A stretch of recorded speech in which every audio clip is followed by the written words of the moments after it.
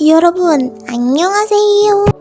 Assalamualaikum warahmatullahi wabarakatuh semuanya. Nah, kembali lagi nih sama aku Dwi Kaharada Gustika dari Program Studi Pendidikan Bahasa dan Sastra Indonesia Universitas Riau. Nah, ini adalah pertemuan ke-9. Nah, kali ini kita akan membahas teori feminisme. Jadi, feminisme itu terdengarnya identik dengan wanita. Ya, tepat sekali. Kita akan membahas teori feminisme dari segi sastra dan bagaimana penerapannya, apa itu teori feminisme sebenarnya. Jadi, kita akan bahas satu-satu. Let's get it!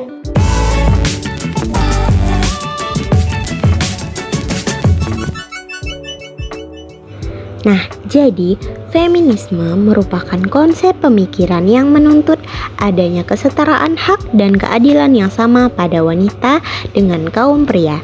Konsep ini merupakan salah satu bentuk dari emansipasi wanita di seluruh dunia. Menurut Mujianto, bahwa penyebab utama munculnya feminisme adalah adanya pandangan sebelah mata terhadap wanita, disertai bermacam-macam anggapan buruk yang dilekatkan kepadanya dan citra negatif dalam masyarakat. Menurut Hanam, feminisme mempunyai 3 pengertian, yaitu 1. Pengakuan mengenai ketidakseimbangan kekuatan antara 2 jenis kelamin dengan peranan wanita berada di bawah pria. Yang kedua, keyakinan bahwa kondisi wanita terbentuk secara sosial dan maka dari itu dapat diubah. Yang ketiga, penekanan pada kemandirian wanita. Dari pengertian di atas, feminisme dapat diartikan adanya ketidakseimbangan antara pria dan wanita. Kedudukan dan peranan wanita dianggap lebih rendah dari pria, sehingga wanita bergantung pada pria. Oleh karena itu, kaum wanita yakin bahwa kondisi ini dapat diubah dengan menekankan kemandirian dari diri wanita itu sendiri. Teori feminisme ada 2, yaitu feminisme liberal dan feminisme marxis sosial.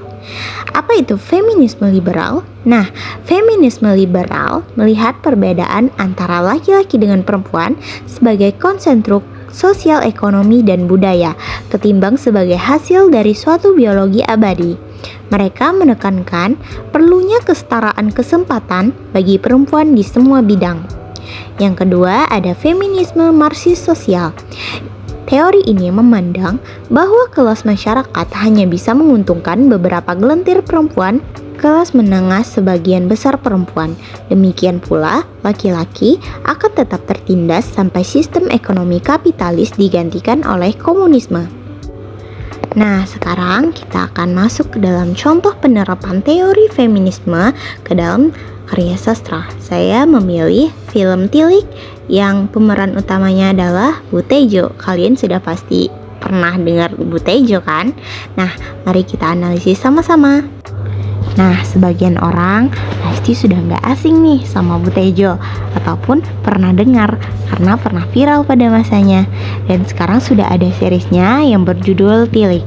Nah, film ini sebenarnya mengangkat unsur kesetaraan gender, di mana perempuan berjuang untuk mendapatkan posisi yang setara dengan laki-laki. Ada 3 hal yang digarisbawahi di film ini. 1. Nama asli Butejo di film itu adalah Asrining Tias, kemudian populer dengan nama Butejo. Nah, dari sini terlihat bahwa perempuan tidak bisa berdiri sendiri di atas identitas dia pribadi. Dia harus menggunakan identitas laki-laki, di dalam hal ini adalah suaminya, supaya dia lebih settle berada di lingkungan masyarakat sekitar. Yang kedua, dalam film ini Butejo memiliki lawan politik yaitu Bapak Hartono. Jadi Bapak Hartono ini juga mencalonkan diri sebagai kepala desa melawan Butejo. Akan tetapi Pak Hartono ini memiliki pendukung seperti preman-preman di kampung, dan Pak Hartono ini sering menghasut warga untuk jangan mau dipimpin oleh kepala desa yang berjenis kelamin perempuan.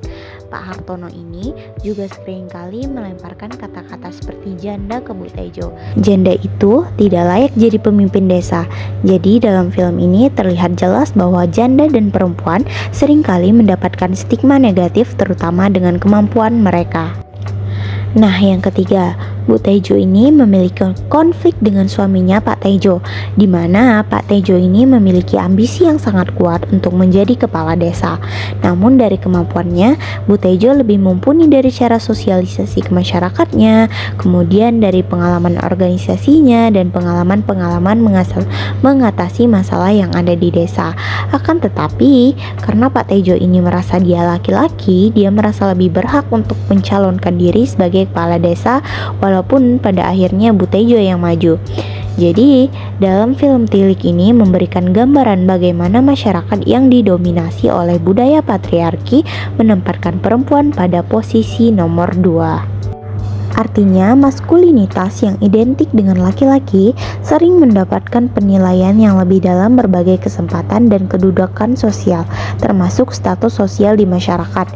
Dan dalam hal ini, perempuan yang seringkali dikelompokkan menjadi gender nomor 2 dan mendapatkan penilaian yang lebih sedikit atau stigma malahan berjuang bagaimana dia menunjukkan potensinya sebagai perempuan, juga bisa melakukan hal-hal yang sering dilakukan laki-laki.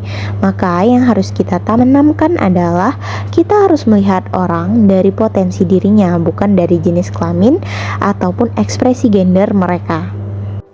Nah, itu tadi teori feminisme dari segi sastra. Gimana? Teman-teman semua udah ngerti atau paham atau belum? Nah, kasih komen di bawah dan pendapatnya, kasih kritik dan saran yang mendukung ya tentunya. Dan kalau kalian suka video ini, like, comment, and share. Dan tunggu video-video selanjutnya. Sampai jumpa. Assalamualaikum warahmatullahi wabarakatuh.